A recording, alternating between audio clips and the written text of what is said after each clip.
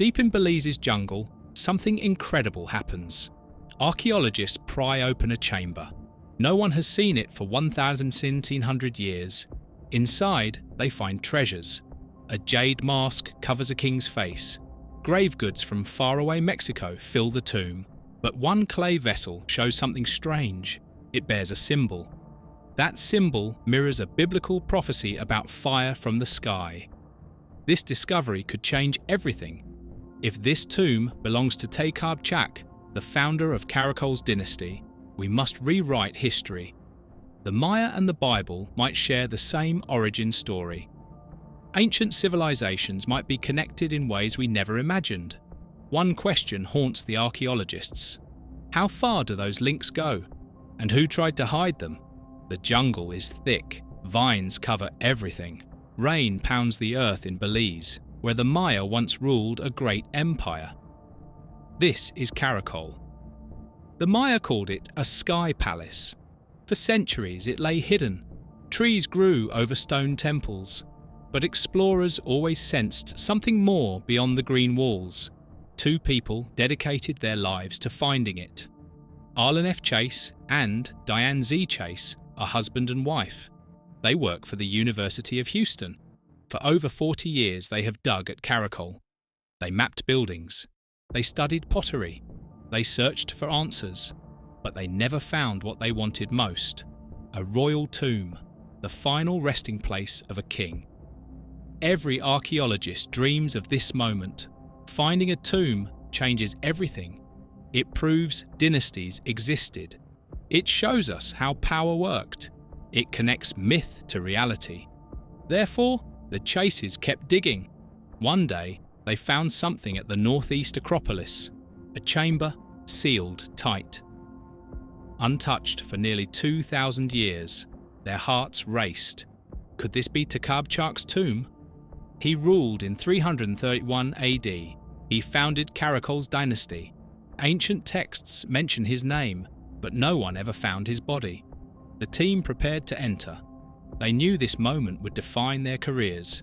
Inside could be proof, or just another mystery. They broke the seal. The air inside was stale. Darkness swallowed their flashlights. But as their eyes adjusted, they saw it. A jade mask, green and beautiful. It covered a skull. The king's face preserved for eternity. Diane Chase stood still. Her voice was soft. "It is one of our most important finds," she said. "We found the first person in the dynasty." But that was just the beginning. Around the body lay objects. Obsidian blades, sharp and black. They came from Pachuca in Mexico. That was hundreds of miles away. How did they get here? Pottery filled the chamber. Some pieces showed bound captives. Others depicted a Maya king holding a spear. The artwork was detailed. It told stories of conquest and power. But something seemed wrong. These symbols looked familiar. They appeared in central Mexican art too. The Maya were supposed to be isolated. They built their civilization alone. At least, that's what scholars believed. Therefore, these objects created a problem. The established timeline said Maya-Teotihuacan contact began in 378 AD. That's when central Mexico influenced the Maya lowlands. Historians called it the Entrada event. But this tomb was older. Radiocarbon dating showed 350 AD, maybe earlier. That changed everything. If the Maya traded with Mexico before 378 AD, then scholars were wrong. The Maya weren't isolated. They connected with distant cultures. They shared ideas. They built networks. But how and why?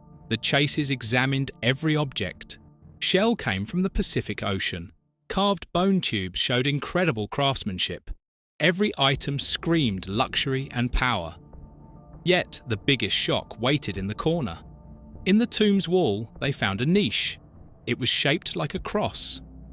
Red cinnabar covered the inside. That mineral was sacred to the Maya. A cross? In a Maya tomb from 350 AD? That didn't make sense. Christianity hadn't reached the Americas yet. the Spanish wouldn't arrive for over 1,000 years. Therefore, this symbol meant something else, something older, something forgotten. The team photographed everything. They measured, they took notes. But questions multiplied faster than answers. Who was this king? Why did he have objects from Mexico? What did the cross mean? And why did some pottery symbols look like they came from biblical prophecy? The Chases couldn't ignore it. Deep down, they knew this tomb would force historians to rewrite the origin story of the Maya.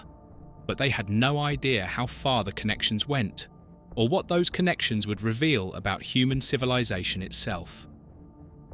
As they prepared to leave the chamber that first day, one thought haunted them. What they uncovered would reopen a link to ancient biblical myths, a link no one expected, and some people would try to suppress it. Let's go back. We need to understand what scholars believed before this tomb was found. The Maya built a great civilization. They lived in southern Mexico, Guatemala, Belize, and Honduras. They created complex cities. They wrote in glyphs. They tracked stars with incredible accuracy. But scholars always said one thing: the Maya developed alone. They rarely interacted with other cultures. That changed in 378 AD, or so we thought. That year, warriors from Teotihuacan invaded the Maya city of Tikal. Teotihuacan was Mexico's greatest power, a massive city. Hundreds of thousands lived there. Their influence spread across Mesoamerica. When Teotihuacan touched the Maya world, everything shifted. New art styles appeared. Different gods entered Maya religion. Political systems changed. Scholars call this the entrada, the entry, the beginning of foreign influence. But Caracol's tomb said something different. It was dated to 350 AD, nearly 30 years before the entrada. This tomb had objects from central Mexico, green obsidian blades from Pachuca. That location was Teotihuacan's obsidian source. Therefore, trade happened earlier, much earlier than anyone believed. The Chases brought in specialists. Geologists analysed the obsidian. They confirmed it. Pachuca obsidian. No doubt, but this created conflict. Other archaeologists pushed back. Stephen Houston was one of them. He worked at Brown University. He studied Maya hieroglyphs his whole life. He was skeptical. "I need more convincing," Houston said. He wanted proof, clear inscription, a name, something definitive that said Tecabchac was buried here. The tomb had no such inscription, at least not yet found. Therefore, doubt remained. Was this really the dynasty founder, or just a wealthy elite from that time? The Chases believed they were right. They had reasons. First, the location. The tomb sat at the northeast Acropolis. That was Caracol's royal centre. Only important people were buried there. Second, the date. Radiocarbon testing showed roughly 350 AD. That matched Tecabchac's reign in 331 AD perfectly. Third, the objects. The wealth was extraordinary. Jade, obsidian, Pacific shells, carved bones. Only a founder king would receive such honours. But the most interesting clue was small. One ceramic vessel had a lid. Carved on it was an animal head, a coatimundi. The Maya called it Tzutz. That mattered because later Caracol rulers used that name. Tzutz appeared in royal titles. It connected generations. It showed lineage. Therefore, this tomb likely held an ancestor. Someone who started the name tradition. Someone who founded everything. Still, the academic world demanded more proof. The Belize Institute of Archaeology got involved. They wanted careful study. The local Maya community watched closely. This was their history, their ancestors. The story had to be told right. But as the team dug deeper into the artifacts, something stranger emerged. The pottery showed scenes. A Maya king receiving offerings. Bound captives knelt before him. He held a spear. Power and conquest radiated from the image.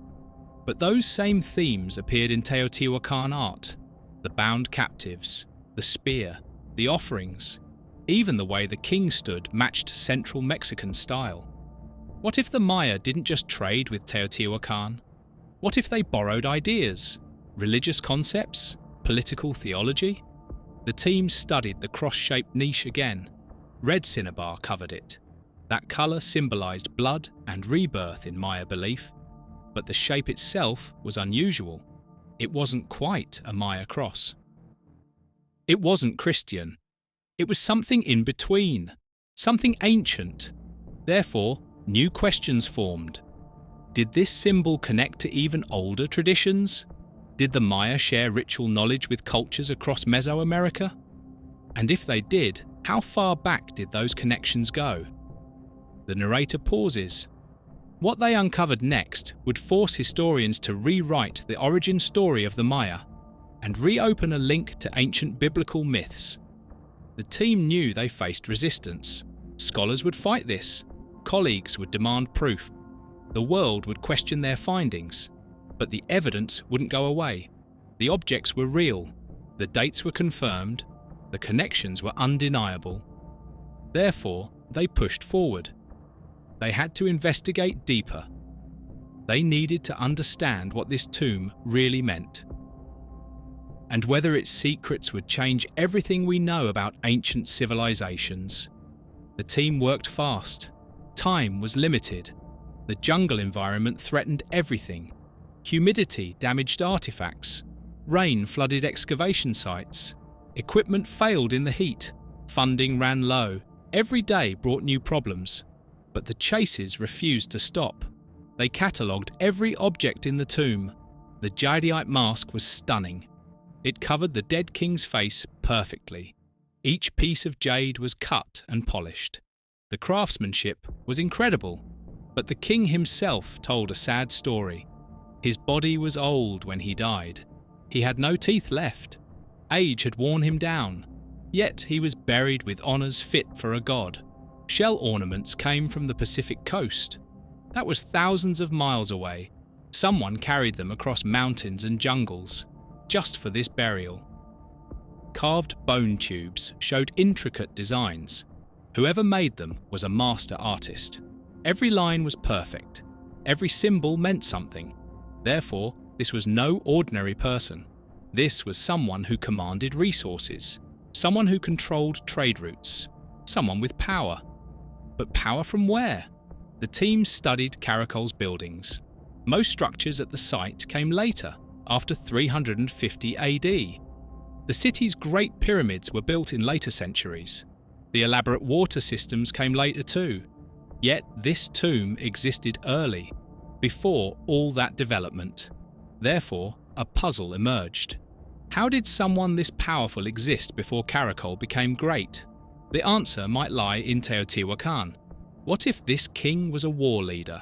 What if he conquered territory? What if he imported prestige from central Mexico to legitimize his rule? Think about it. He had Pachuca obsidian. That was Teotihuacan's signature. He had pottery showing central Mexican themes. He had wealth that suggested long-distance trade. Therefore, maybe he wasn't just a Maya king. Maybe he was a bridge, a person who connected two worlds. The chases tested this theory. They used radiocarbon dating again. Multiple samples, all confirmed the same range, around 350 AD. Give or take a few years, this challenged everything. The traditional story said Teotihuacan influence came later, in 378 AD, with the Tikal conquest. But this tomb proved contact happened earlier, trade happened earlier, cultural exchange happened earlier. Therefore, the flow of influence needed rethinking. It wasn't simple, it wasn't one way, it was complex and old. The team found more evidence. In the ceramic art, remember that Cotimundi head? The Tsuts symbol? That became crucial. Later, Caracol kings used Tsuts in their names. Karnatu Tsuts. That king ruled centuries after the tomb's occupant died, but he used the same name element. Why? because it honored an ancestor. It showed connection to the dynasty founder. Therefore, the tomb likely held that founder, the first king, the one who started it all. But skeptics weren't convinced. They wanted more. Stephen Houston spoke for many scholars. "The tomb is important," he said, "but without a clear inscription, we can't be sure it's Teikab-Chak." He had a point. Maya tombs often had glyphs. They told you exactly who was buried. Name, titles, dates, everything.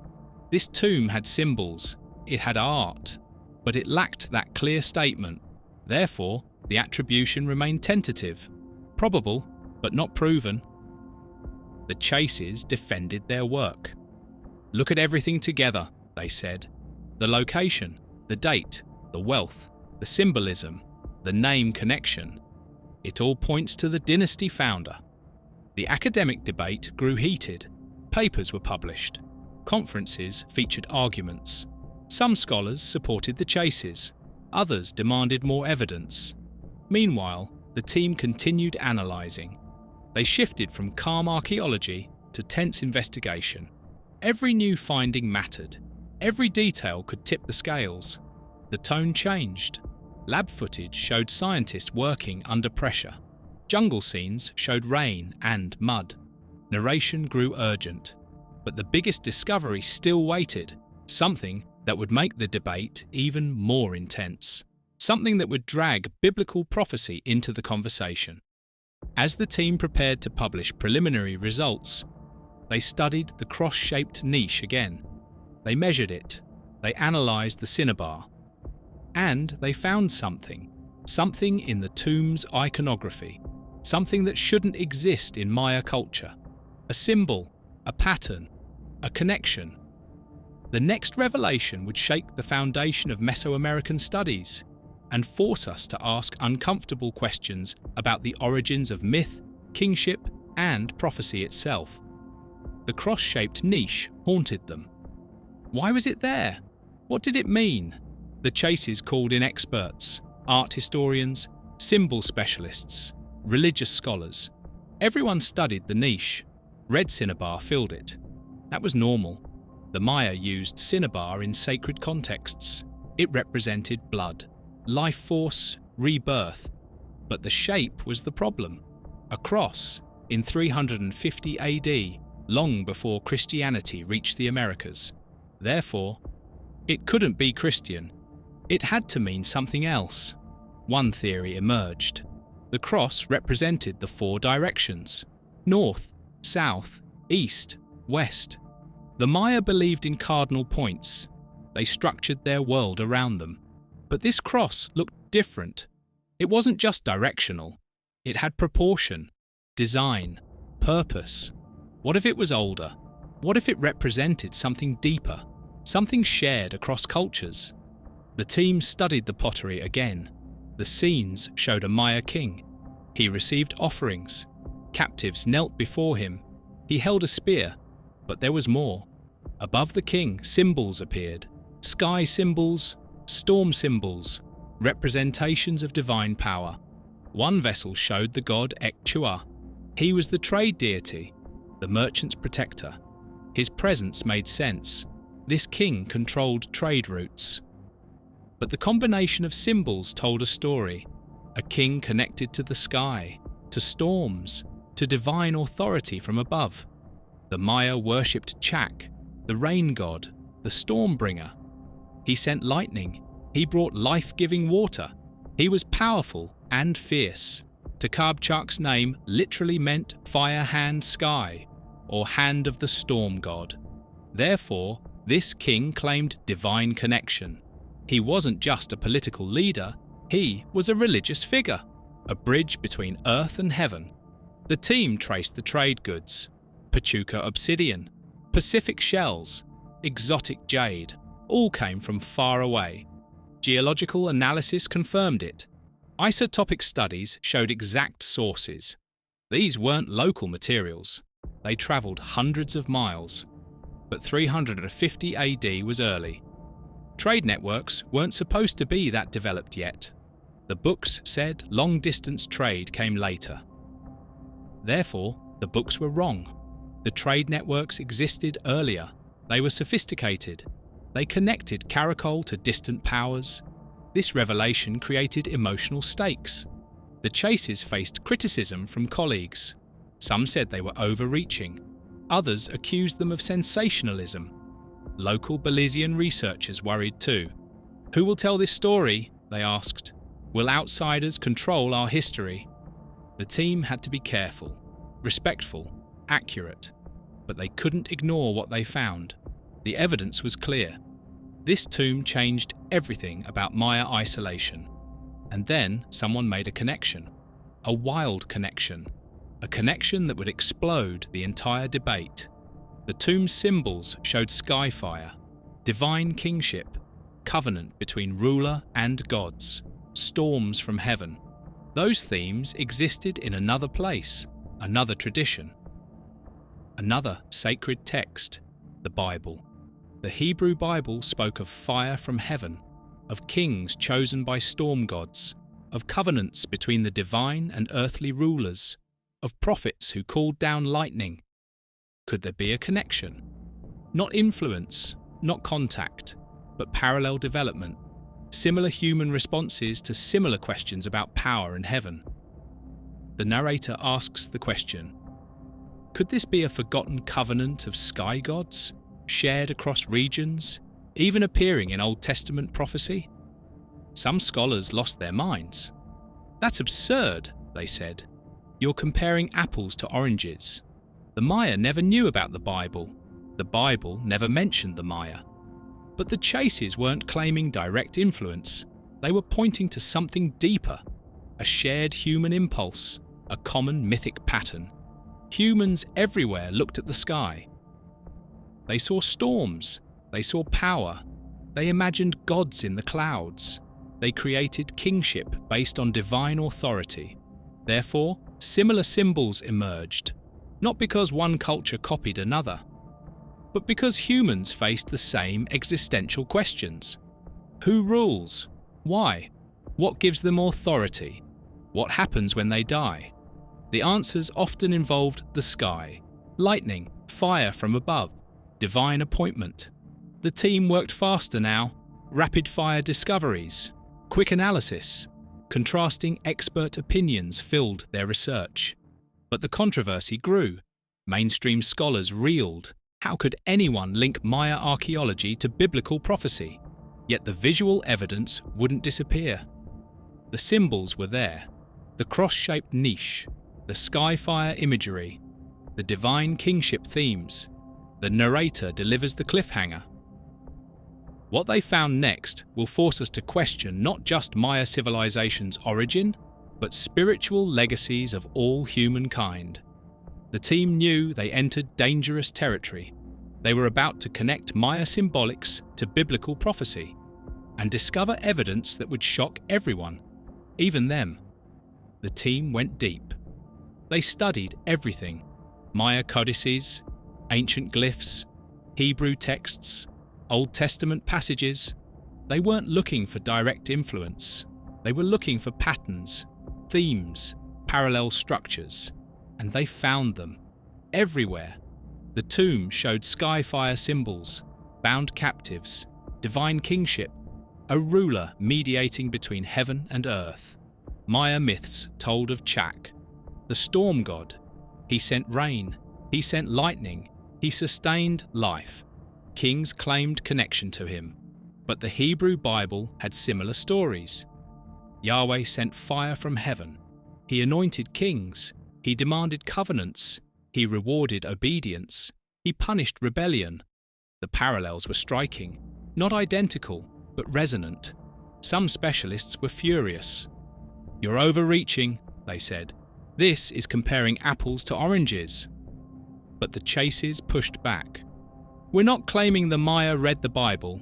We're showing that humans create similar myths about power and heaven." The narrator introduced biblical prophecy, visions of storm gods, branches of divine authority, fire from the sky consuming the wicked. Takabchak meant fire hand sky, a storm king, a lightning bringer.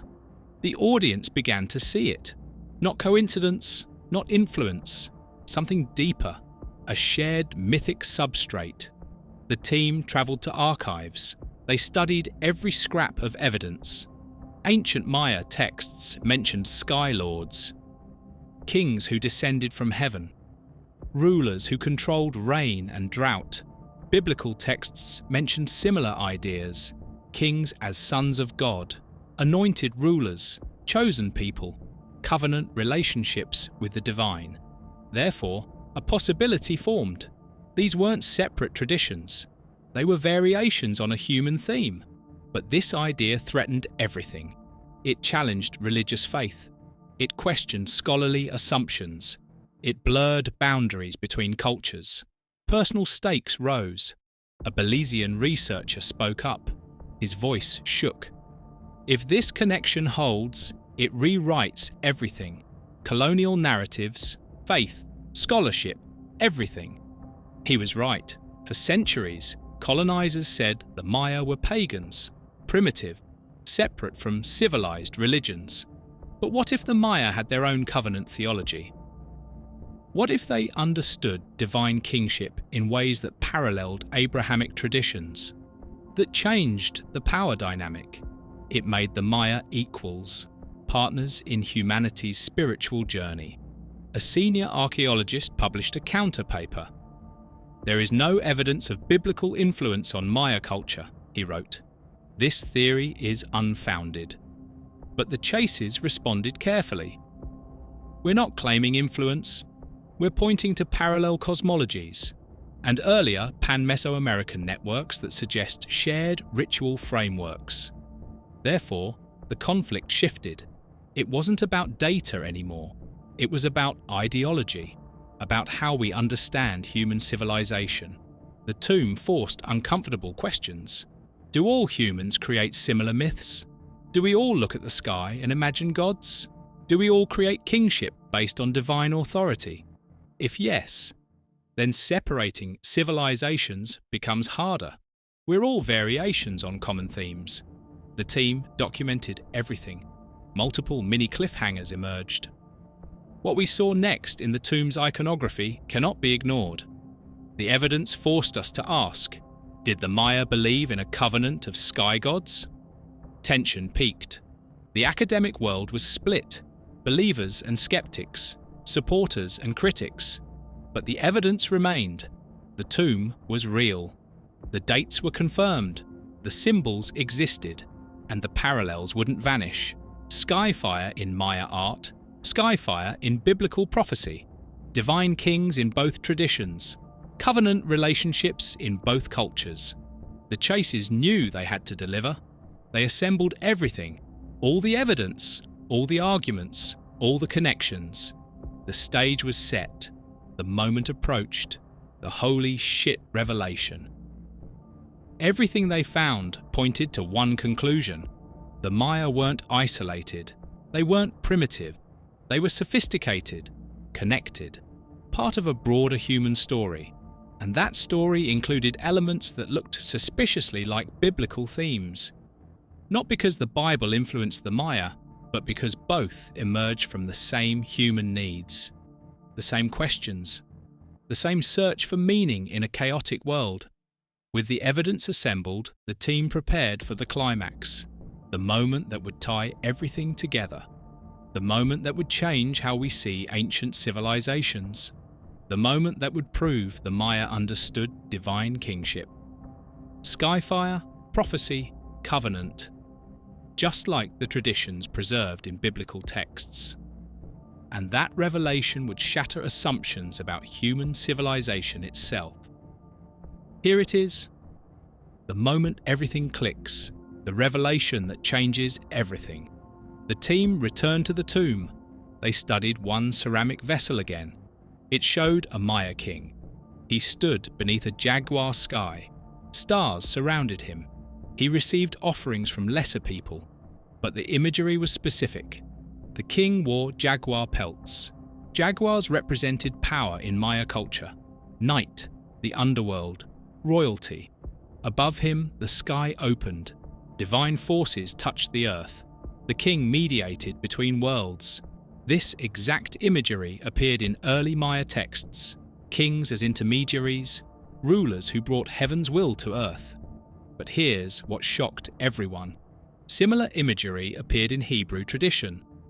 The Son of Man enthroned in clouds, kings receiving divine mandate, storm gods appointing earthly rulers. Therefore, the visual bridge existed.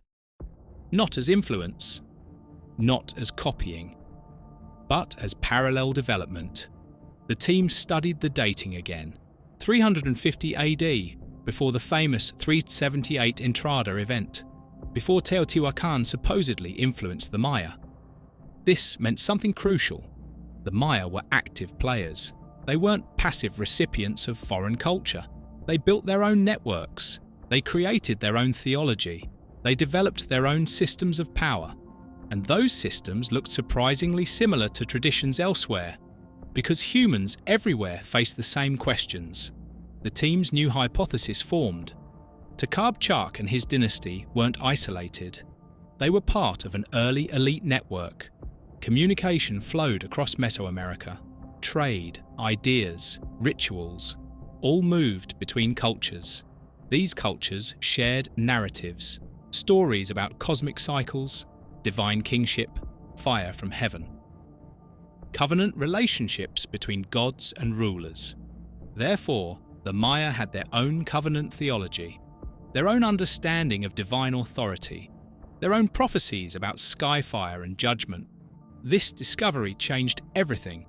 It proved the Maya were sophisticated theologians, complex thinkers, partners in humanity's spiritual journey. The narrator returned to the tomb chamber, describing it slowly. The silence, the weight of centuries, the jade mask half visible in torchlight. Dust motes floated. Time stood still.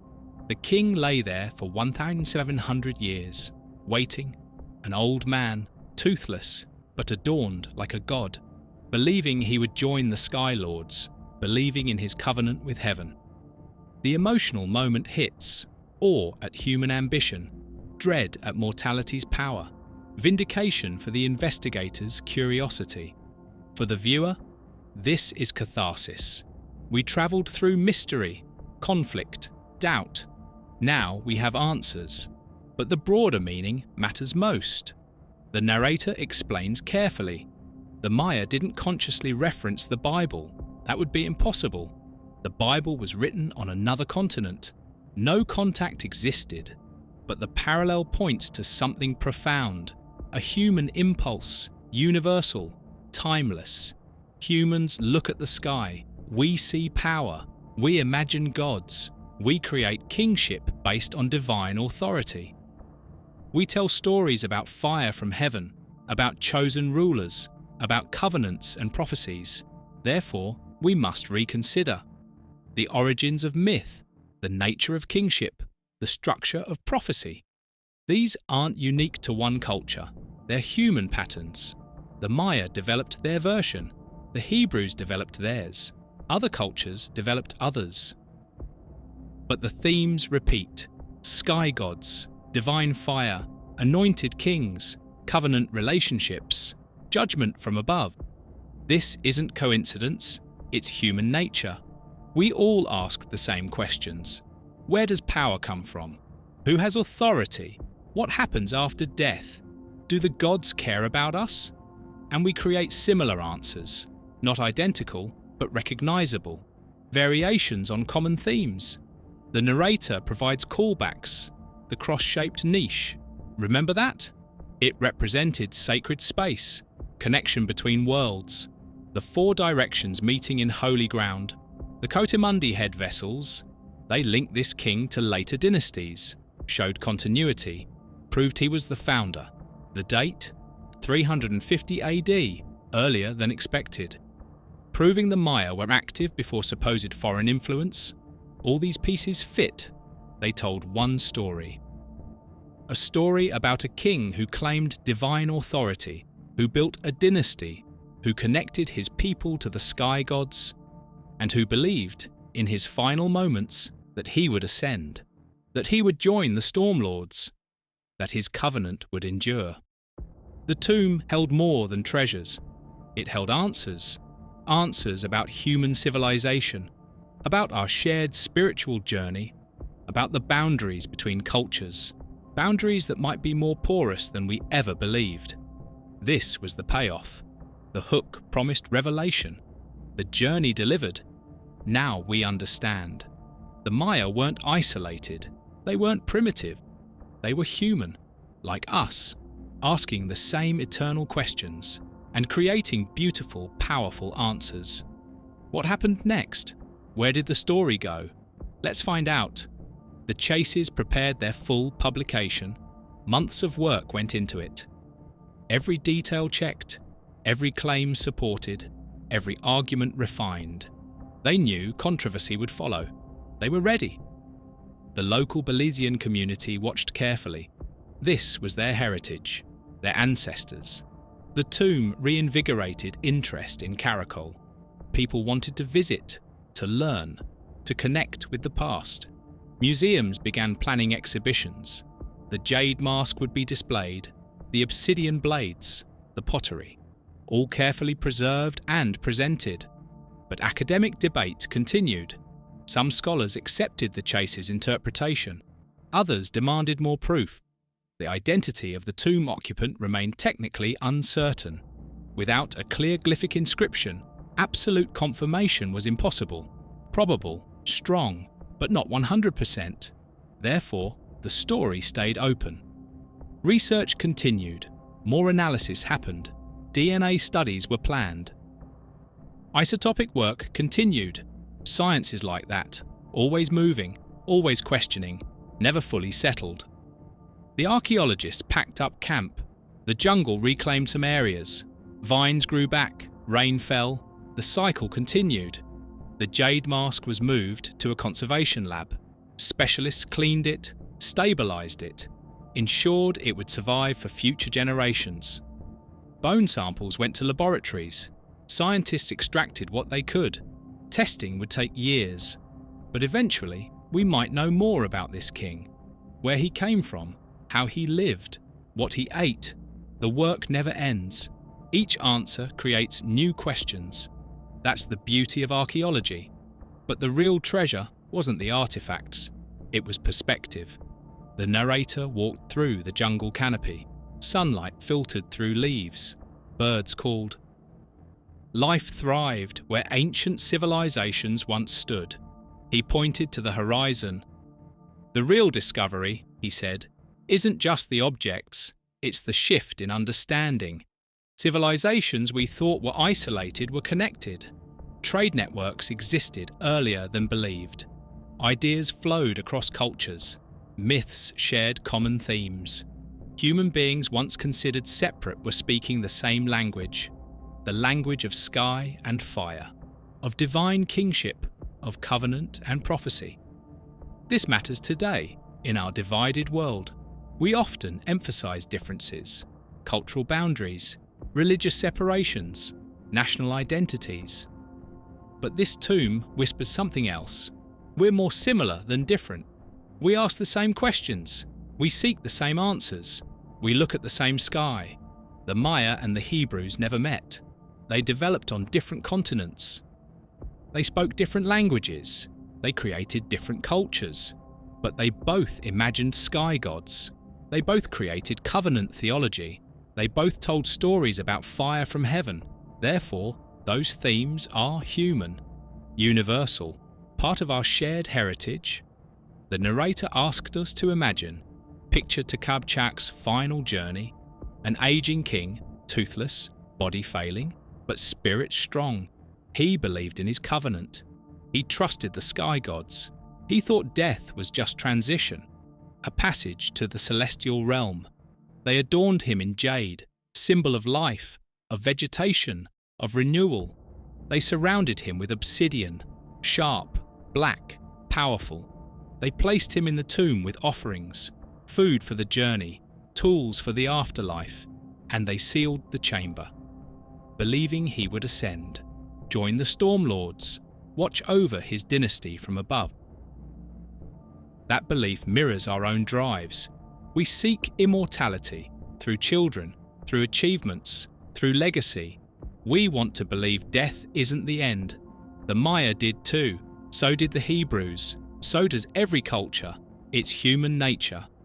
The final beat returned to the opening. Deep in Belize's jungle, a chamber opened. Remember those words? The hook that started everything? Now we know what it held. Not just treasures, not just a body, but answers, connections, proof of our shared humanity. The lasting image is powerful. The jade mask half lit by torchlight. Dust motes floating in stale air. The echo of centuries hanging in the silence. And a question. One final question. What else remains hidden? Beneath the jungles, under the sands, in caves and valleys we haven't explored yet. What else could change what we believe about ourselves? About our ancestors? About the connections between civilizations? History is not fixed. It shifts when we dig deeper, when we question assumptions, when we follow evidence wherever it leads. And sometimes the greatest discoveries aren't just about kings in tombs. They're about how those kings echo us, how their questions are our questions, how their answers still resonate. We're all looking at the same sky, wondering the same things, creating the same stories. That's the real treasure.